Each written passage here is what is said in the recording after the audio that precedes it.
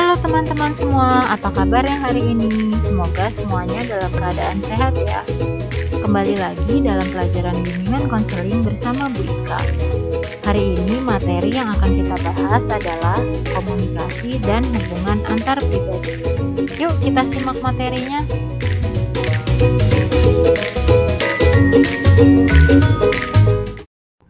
Disarikan dari berbagai pandangan para ahli ilmu komunikasi, secara luas komunikasi dapat diartikan sebagai bentuk tingkah laku seseorang, baik verbal maupun non-verbal yang ditanggapi oleh orang lain, tidak sekadar pertukaran kata atau ungkapan pesan tertentu.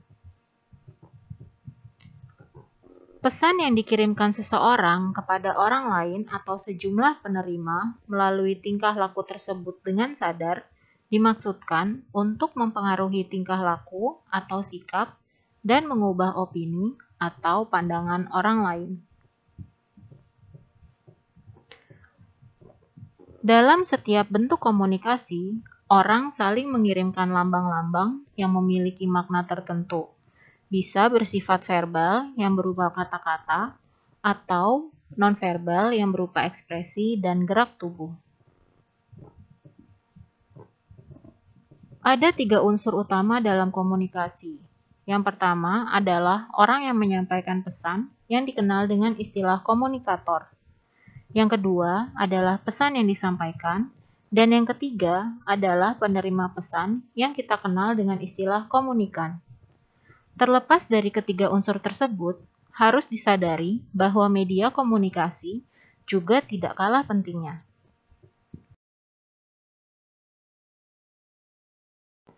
Pada umumnya, komunikasi yang paling banyak terjadi dan mudah dilihat adalah komunikasi antar manusia. Namun, tidak menutup kemungkinan bahwa komunikasi pun bisa dilakukan dengan objek yang lain.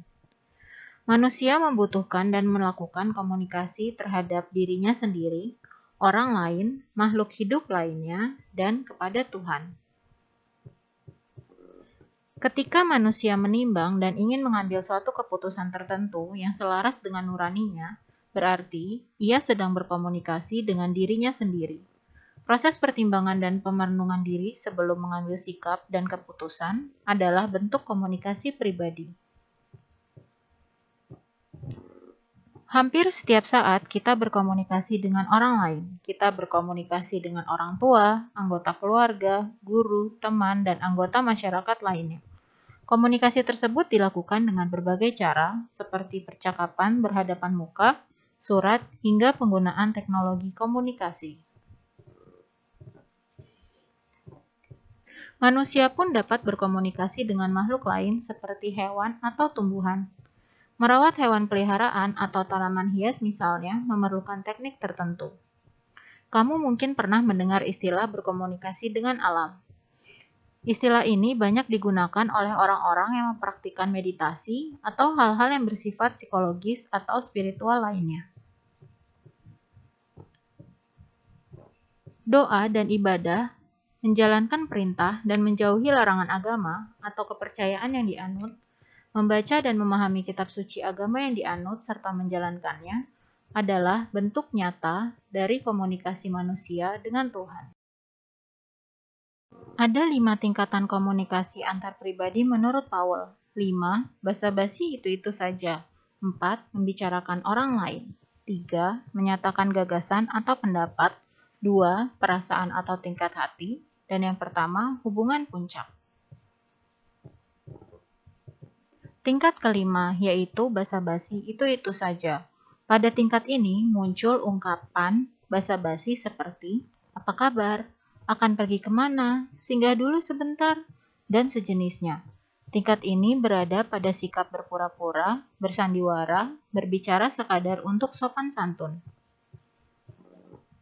Tingkat keempat, yaitu membicarakan orang lain. Tidak membuka sedikit pun diri kita kepada orang lain. Tingkat ini lebih banyak membicarakan orang lain atau bergosip. Tingkat yang ketiga yaitu menyatakan gagasan atau pendapat. Pribadi yang berkomunikasi sudah berani menyatakan kepada orang lain beberapa gagasan, pendapat, dan keputusan sekalipun masih dengan berhati-hati. Orang-orang yang terlibat komunikasi masih berusaha untuk menjadi apa yang diinginkan atau yang menyenangkan orang lain. Pada tingkat yang kedua, yaitu perasaan atau hati. Yang paling membedakan orang yang satu dengan orang yang lain adalah perasaan atau emosi. Pengungkapan perasaan inilah yang membuat hubungan antar pribadi merupakan pengalaman yang unik. Pada tingkatan ini, kita mudah mempunyai gagasan, pikiran, dan keyakinan yang sama, tetapi perasaan-perasaan yang ada di baliknya adalah khas kepunyaan setiap pribadi. Tingkat ini mengenalkan diri dengan lebih mendalam kepada orang lain dan sebaliknya. Pada tingkat yang pertama, yaitu hubungan puncak, ada persatuan perasaan dan emosi. Hubungan yang terjadi sungguh-sungguh terbuka, jujur, dan membahagiakan. Ini dapat terjadi di antara sahabat-sahabat karib atau pasangan-pasangan dalam perkawinan. Komunikasi sudah dianggap mendekati ideal atau lebih dari cukup jika telah mencapai tingkat kedua. Hal ini karena pada tingkat tersebut afeksi sudah terbentuk. Tahap ini sudah mencapai keadaan saling dapat mengungkapkan dan menanggapi perasaan serta saling membuka hati. Tahap-tahap komunikasi di atas dapat menjadi dasar untuk mengukur hubungan kita dengan orang lain atau hubungan antar pribadi. Menurut Effendi, komunikasi yang efektif adalah komunikasi yang menimbulkan efek tertentu sesuai dengan tujuan yang ingin dicapai. Beberapa efek komunikasi adalah sebagai berikut. 1. Efek kognitif. 2. Efek afektif. 3. Efek konatif. 1. Efek kognitif, yaitu efek yang berkaitan dengan pikiran, nalar, atau rasio. Misalnya, komunikasi menyebabkan orang yang semula tidak tahu menjadi tahu, yang semula tidak mengerti menjadi mengerti, atau yang semula tidak sadar menjadi sadar. 2. Efek afektif, yaitu efek yang berhubungan dengan perasaan.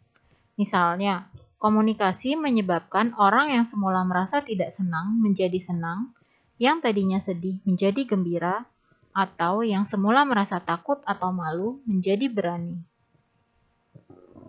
3. Efek konatif, yaitu efek yang menimbulkan itikat untuk berperilaku tertentu dalam arti kata melakukan suatu tindakan atau kegiatan yang bersifat fisik.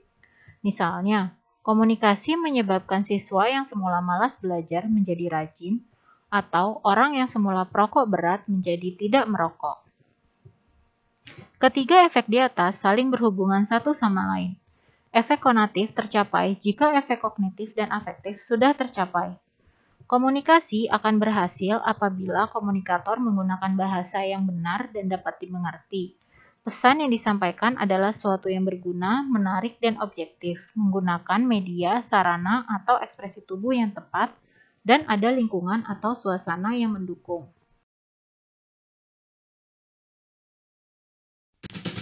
Nah, setelah memahami materinya, yuk kerjakan aktivitas siswi ini. Tulislah salah satu pengalamanmu dalam berkomunikasi yang menyebabkan kesalahpahaman. Berilah alasan tentang faktor penyebabnya. Ketentuan pengerjaannya adalah dibuat dalam bentuk paragraf, minimal 2 paragraf, dalam format Microsoft Word, dan dikumpulkan melalui Google Classroom sebelum batas waktu yang ditentukan. Selamat mengerjakan! Semua materi yang dibahas dalam video ini diambil dari buku bimbingan konseling terbitan ESIS. Terima kasih karena telah menyaksikan video ini. Sampai jumpa di video-video selanjutnya.